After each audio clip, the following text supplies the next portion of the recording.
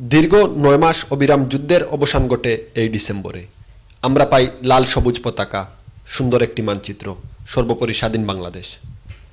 বিজয়ের এই মাসে বিশ্বের প্রায় প্রতিটি জায়গার মতো স্পেনের বার্সেলোনায় ফারুক আহমেদের সভাপতিত্বে এবং ক্লাব সভাপতি মামুন এর পরিচালনায় সাংস্কৃতিক সংগঠন রক্তের বাংলা আয়োজন করে বিজয় দিবস উপলক্ষে আলোচনা সভা এবং ব্যাডমিন্টন প্রতিযোগিতার পুরস্কার বিতরণী অনুষ্ঠান।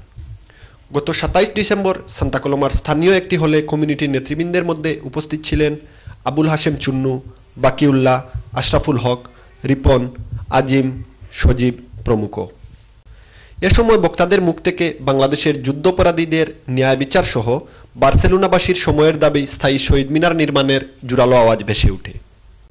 তরুণদের সংগঠন রক্তের বাংলা তাদের মূল আকর্ষণ সাংস্কৃতিক অনুষ্ঠান দিয়ে মাতিয়ে রাখে উপস্থিত দর্শক শ্রোতাদের।